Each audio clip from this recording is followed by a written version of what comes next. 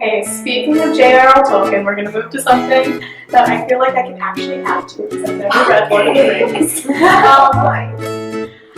Okay, do you think that JK Rowling kind of ripped off Tolkien when writing Harry Potter? Oh, absolutely. Absolutely. I saw a post on the internet. Yeah, the people that posted this post were just being ignorant, or if they were just trying to sound ignorant. Because there was someone that was talking about all the similarities. So that there were like 3 characters that were like the main characters. There was this old wizard. There was. Can you help me with all of the similarities? Well, there's one of the main there's lots of main similarities, but one of them is we've got Neville Longbottom, and then there's Longbottom Leaf, the tobacco that they smoke. Yes. Then they have Bathilda Bagshot in Harry Potter. They've got Bagshot Road that they live on, and The Hobbit. And then they have the Dark Riders and the Dementors. And there's so many. And then Gandalf and Dumbledore and. Not to mention that both Frodo and Harry are dark-haired with blue eyes. Although Harry in the book has green eyes. So. But just like his mother. There's so many, and there are websites out there that would just go down the list of they just back it up. And I've always said I wouldn't mind it really so much at all if Rowling would just say Tolkien was a huge inspiration for me. I think he was a wonderful writer, but she doesn't mention him at all as being an inspiration for anything, and that's really irritating to me. I still love her. I still love Harry Potter, and doesn't diminish that, but it's just really irritating that she doesn't give, respect for its due. Yeah. Again, what is the best Harry Potter book? Prisoner of Azkaban. No pressure. Mine is Order of the Phoenix. I love Order of the Phoenix.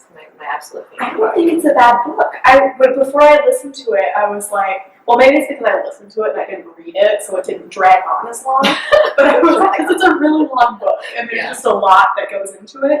But you learn so much in Order of the Phoenix. You really do, and it's really where Neville starts to build as a strong character. Yeah, and I love Neville. I just love Neville.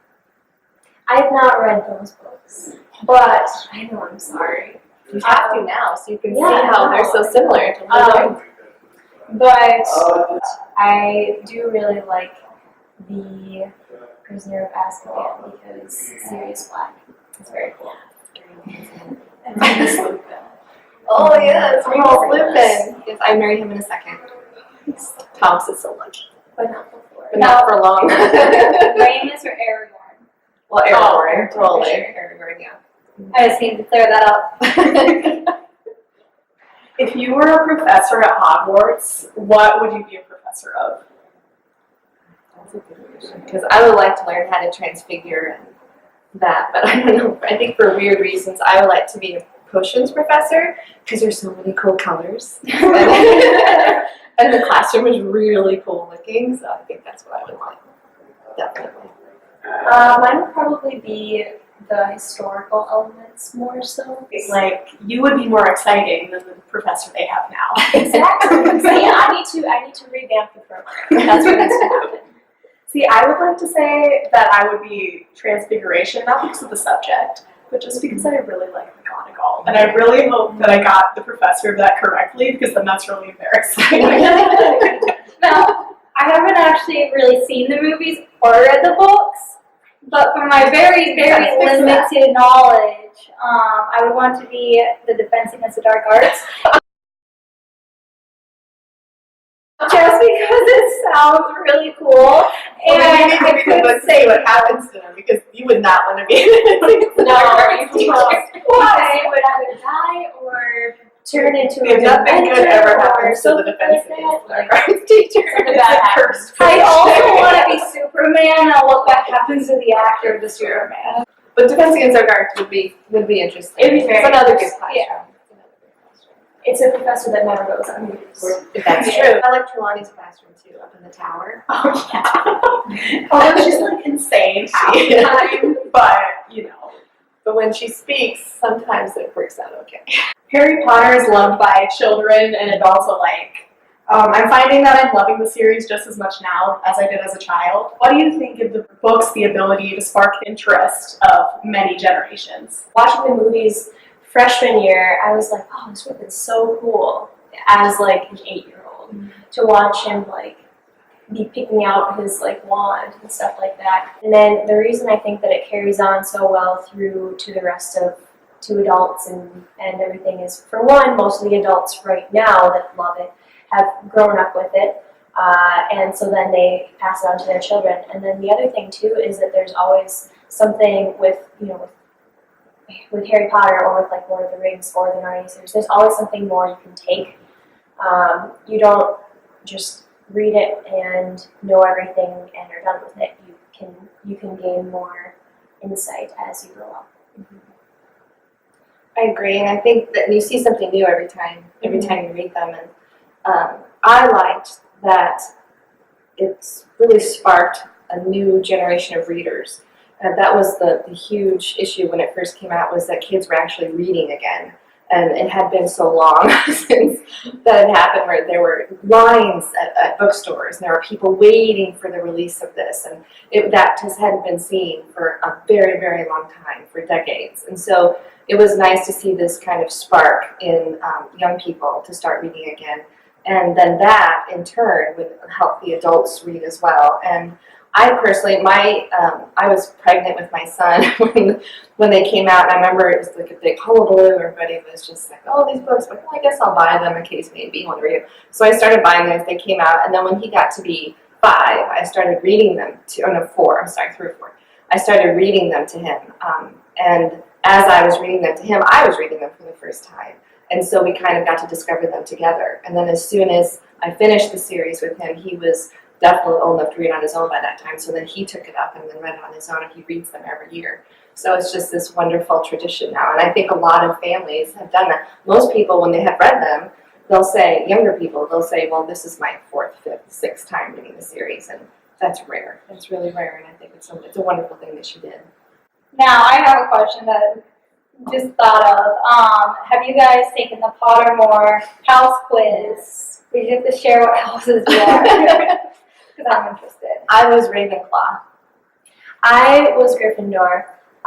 When I took the BuzzFeed one, I was Hufflepuff, and I was greatly offended because I was Gryffindor on the Pottermore quiz, and I think that BuzzFeed needs to get their facts right.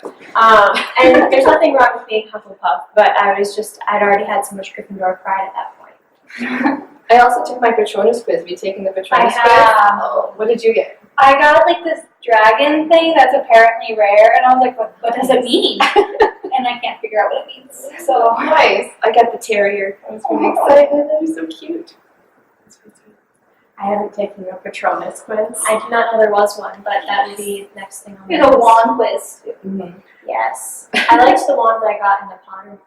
It was a very cool one. I've never gotten that far into Pottermore. I've only taken like, what house am I? And I'm a closeted Hufflepuff. But whenever I take the quiz, I'm like, because like I'm like kind of in the middle. Like I'm sort of Ravenclaw, sort of Hufflepuff. So like if there's a question that I know the answer is Hufflepuff, I'm like, just choose the Ravenclaw. Now, That would put you in Slytherin if you were cheating. speaking of, I've taken it twice, and it was like kind of back to back, just because I wanted to see how accurate it was. And one I got Gryffindor, and then the other one I got Slytherin. Ooh. And then every test I've taken, it's been like, you're 48% this and 52% this. And I'm like, tell me again how I'm a villain. I'm usually mostly Gryffindor. Also, I read that Harry could have been Slytherin, but because the hat could tell that he wanted to be Gryffindor, he was Gryffindor, so he could have been Slytherin. That's right. He made a choice. Yes. See, it's okay that I choose to be Ravenclaw. Oh no. Who would win in a rap battle? Gandalf or Dumbledore? Are we talking about Gandalf the Grey or Gandalf the White? Ooh, good question. The White, then Gandalf, I would say. He has already beaten death, and he has so much knowledge of what comes after at his disposal. And so I just feel like with all of that wisdom and with all of his skills as a wizard that he has gained for many, many, many years, he would be the winner in the rap rap battle? I feel like you could argue the same from Dumbledore. But he's not as I old as digress. Gandalf. See, No. see, that's what I'm saying. Gandalf is like an angel compared, like, year-wise. He is. Yes, Okay. Gandalf the White. Gandalf the Grey, I think we could argue that Dumbledore would be able to beat him. Depends on the day. Yes. I would say that it would definitely be Gandalf, only because Gandalf's very wordy, and he's also very straightforward and hard-hitting, whereas Dumbledore's really kind of vague and he likes to not speak as much, but to get his point across. He's like a therapist. He wants you to figure it out. He's like, how do you feel about this? That kind of thing. Whereas Gandalf is just, okay, this is what's happening. So I think he'd win the rap battle. See, all I can think about is the Potter puppet pals. Oh, yeah. Dumbledore! So I could just see them in a rap battle, and Gandalf just had this huge thing, and Dumbledore was like, Dumbledore! And so I think Gandalf would win because of that. Dumbledore could just be like, and how do you feel? Yeah. Yeah. Which is better, Harry Potter or Lord of the Rings, and you have to choose? I've not read the Harry Potter books, so my answer is skewed. But Lord of the Rings. I have read them all, and Lord of the Rings, by far. I've only read Lord of the Rings, and so much that my dog's middle name is Boromir. So, Lord of the Rings. My car's name is Bill. So Bill and Pony. I'm going to go lone. Harry Potter. Always a flag for Harry Potter. It's just because you don't. Also because I haven't read Lord of the Rings. I watched half of the first movie. So, Oh, good. I mean, sort of. You have more knowledge on that than I have of Harry Potter. It's just so. the Harry Potter audiobooks are so good. Alright. Well, thank you guys so Thank much you. for It's joining fun. us in the English Corner. Thank you. It was fun. I think you should read Harry Potter because it's actually a very quick read, even though there's 7 books. It's actually quite a quick read, and they're very good. And also, I think you should almost read them back to back, Harry Potter, Lord of the Rings, so you can see a lot of the similarities between the two. And I like that across literature, how you can see similarities between decades separated in literature. And it's fantastic, and everybody should read. I mean, their books are wonderful, and movies are great, but books are better. I think that whether you want it just for the story or you want it for depth and kind of, learning some like fake history and stuff like that, it's really cool to be able to read either The Hobbit or The Lord of the Rings or The Silmarillion. And you can take it for however you would like to take it. And so yeah, whether you just want a quick story, then read The Hobbit. If you want to just get a little bit more in depth, then read The Lord of the Rings. What part of The Lord of the Rings or The Hobbit appealed to you the most in the book and then in the movie? I think for the movie, the part that appealed to me the most was Viggo Mortensen as Aragorn. He's